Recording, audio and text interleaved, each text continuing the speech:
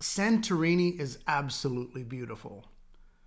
It's a dramatic, Instagrammable backdrop that in many people's minds just apparently exists to make their shallow friends envy them for the few hours they were there and snapped a photo. But what would you say if I told you that Santorini is actually a fascinating island with archaeology and history that blew my mind?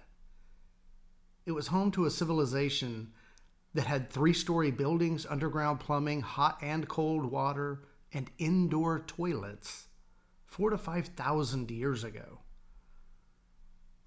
I'm sorry, what? You just want me to shut up and show you the pretty pictures? Okay, I will. Lisa laughed when I told her how cool I found the history and archaeology there to be. She said, "Oh my God, only you and Nate could make Santorini a school field trip." Okay, I'll show you the pretty pictures and you can just tune me out. But seriously, I was blown away by Akrotiri and learning about the history of Santorini. The reason Santorini is so dramatically beautiful is actually the same reason it's so fascinating historically. It's a volcano. Imagine an explosion so powerful that it blew out the entire center of the island, which then filled with seawater, forming a caldera. The ring of 1,000-foot cliffs surrounding the caldera make a dramatic harbor, which is in some places 1,300 feet deep. The eruption in around 1630 BC was one of the largest in human history. What looks like several islands are actually just the remnants of Thera after the eruption. The islands in the middle of the caldera are not original to the time of the eruption. They appeared later as magma has continued to rise and fall. The island's actual name is Thera. Santorini was the name used by Christian sailors in the 13th century for a church on the island named for Saint Irene, Santa Irene, Santorini. And it's become a colloquial way to refer to the collection of islands. Old Fira and Ia are the two major towns there now, but neither were there when the eruption happened. Everything was wiped out. Akrotiri was discovered pretty recently. It's a major town and port now just partially excavated, but it reveals a vibrant, advanced, prosperous civilization of people who lived here from about 3000 BC until the eruption. Like Pompeii, the city was completely buried with ash, and the buildings are preserved with amazing frescoes and artwork. But unlike Pompeii, no people. It's still a total mystery where they went. Not a single person or animal was found. And personal belongings were all taken as well. But no one knows where they went. The only thing that was left is a single gold statue of a goat as an offering or placeholder for their eventual return. I highly recommend you go look up pictures of Minoan frescoes from Akrotiri. They're beautiful. They remind me a little of Japanese art from the 1500s and 1600s, but remember, this is 3,200 years before that. Ancient and classical Greece is, to us, the very definition of ancient civilization. It is from them that we get virtually all of what we know as Western civilization. The Romans were obsessed with the Greeks. I know a lot more about the Romans than the Greeks. I don't really know why. Maybe because I was so much more familiar with Italy than Greece, or is that a chicken and egg scenario? I don't know.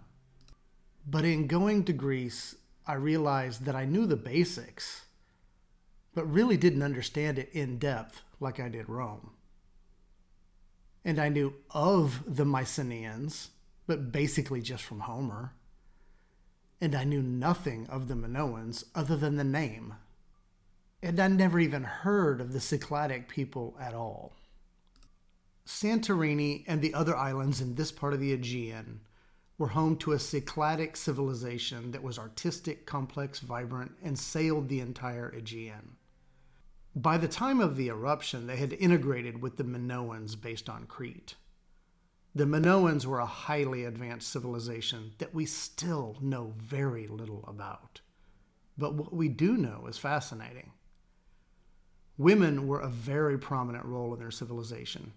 We don't know if they were entirely matriarchal, but women clearly played a major role. Maybe that's why they had the sense to leave the island before the volcano killed everybody, instead of thinking they could fight it or intimidate it into calming down. Minoan art and civilization is more interesting the more we learn. The frescoes I've mentioned, they're beautiful. The Minoans influenced the Mycenaeans, who became the ancient Greeks. Of course, civilization becomes more advanced as time rolls. But not always. Sometimes we regress. Politically, culturally, scientifically. And we often forget how advanced peoples of the past were, especially for the difficulties they faced. The Minoan people on Santorini had underground plumbing, hot and cold running water with separate pipes, and indoor toilets. Some of these things wouldn't come back for 12 to 1500 years with the Romans, and even then, not all of it. It wasn't until the 18th and 19th centuries that we really matched this level of technology. You can see how people get obsessed with ancient advanced civilizations and start making all sorts of wild claims. In fact, Santorini has long been cited as a possible site for Atlantis. It's not, but you can see how people get the idea. It just adds to the appeal. The allure and mystique of the Greek Isles is undeniable. But there are between 1,200 and 6,000 Greek islands, depending on how big one needs to be considered an island. Just over 200 of them are inhabited. Santorini and Mykonos stand apart as the most famous and popular. But Santorini and Mykonos are very different. I originally thought they were essentially carbon copies offering the same appeal and vibe. That's not true at all. And our experiences on each were very different. We were going on a cruise, and Mykonos was included on the itinerary of the cruise. So we decided to do Santorini on our own before the cruise started. And while we would learn that Santorini and Mykonos are very different places, the way in which we experienced them was also a major factor in having a different experience. If you really want to get to know a place, you aren't going to get that on a cruise. You need more time. The more time you spend someplace, the more you can absorb. That's just common sense. So it was fortuitous that Santorini was the destination we planned and spent more time with, and Mykonos was just a cruise stop. Because Santorini was much more interesting to us than Mykonos. Stopping in, looking around, and moving on was probably perfect for us on Mykonos. Santorini has significant historical and cultural sites that are under active investigation. It also has dramatic and amazing views, which give it a stunning, glamorous, glitzy appeal. Mykonos is a party. It has much better beaches, and a younger, more hip crowd goes there. They go for the expensive, wild beach clubs. Zuma, Santana, Spilia, Paradise, Super Paradise, Cavo Paradiso, Jackie O. Picture hundreds of young, attractive, barely dressed but heavily tanned people alternating between drinking, lounging, and bouncing to the beat of a DJ you and I have never heard of, but all the cool kids have been dying to hear for a year while they slaved away at their keyboards, just waiting for that week or a month when they could just jet away with their friends and let it all hang out. That's Mykonos.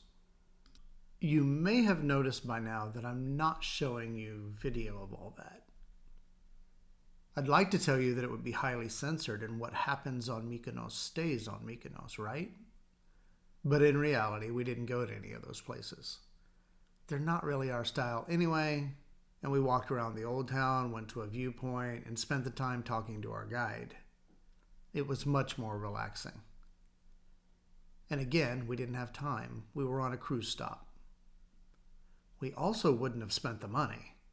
Our guide was telling us at some of those places, a group of friends will spend $10,000 just to reserve a table for a day at a trendy beach club that has a popular DJ spinning that night. That just sounds nuts. As I said, it was probably for the best that we spent more time on Santorini and just stopped by Mykonos. But we learned a lot on Mykonos. Our guide was telling us that it's not easy living there, and not just because of the parties. If you're injured or seriously ill, you'll probably need to go to Athens for treatment. And getting there will take time.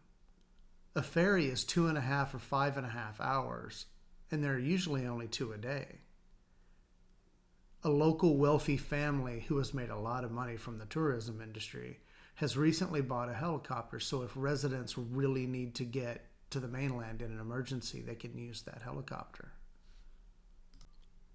But that just goes to show that there's way more to these islands than the little glimpse we see when we visit, whether it's for a week or for 8 hours.